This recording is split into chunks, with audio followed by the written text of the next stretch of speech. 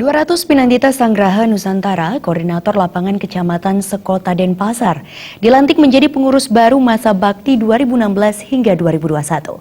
Pelantikan yang digelar di Pura Agung Jagatnata Denpasar dilantik secara resmi oleh Ketua PSN Kota Denpasar, Mangku Putu Gede Suranata. Sebelum pelantikan, para Pinandita mengucapkan janji Pinandita yang dibacakan oleh Ketua PSN Kota Denpasar, Putu Gede Suranata. Setelah pelantikan dilanjutkan dengan prosesi Mejaya-Jaya yang dipuput oleh Ide Pedanda Gede Putra Keniten dari Geria Keniten Denpasar. Pelantikan kepengurusan PSN Korlap Kecamatan Sekota Denpasar dihadiri Ketua PSN Pusat Jero Mangku Wayan Rajin, Ketua PAD Kota Denpasar, Sekda Kota Denpasar A.A. Ngurah Rai Iswara, perwakilan DPRD Provinsi Bali, Komandan Danrem 163 Wirasatya Kolonel Infantri Nyoman Cantiasa, ratusan anggota PSN Pusat serta pemangku yang ada di Kota Denpasar. Ketua PSN Kota Denpasar Mangku Putu Gede Suranata mengatakan, dewasa ini swadharma para Pinandita dan pemangku tidak lagi berkutat pada urusan memimpin ritual dan upacara keagamaan semata. Lebih dari itu, para Pinandita juga memiliki kewajiban kepada bangsa dan negara atau Dharma Negara.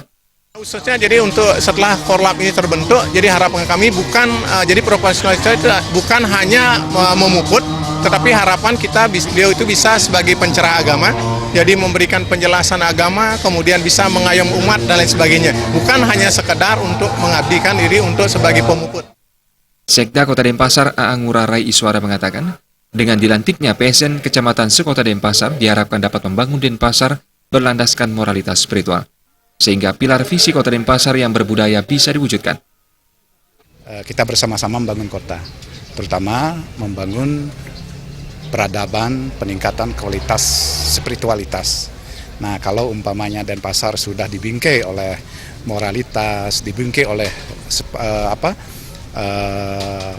bingkai-bingkai keagamaan, saya kira pilar-pilar daripada visi Kota Denpasar, yakni berbudaya yang kreatif, akan bisa terwujud dengan sebaik-baiknya.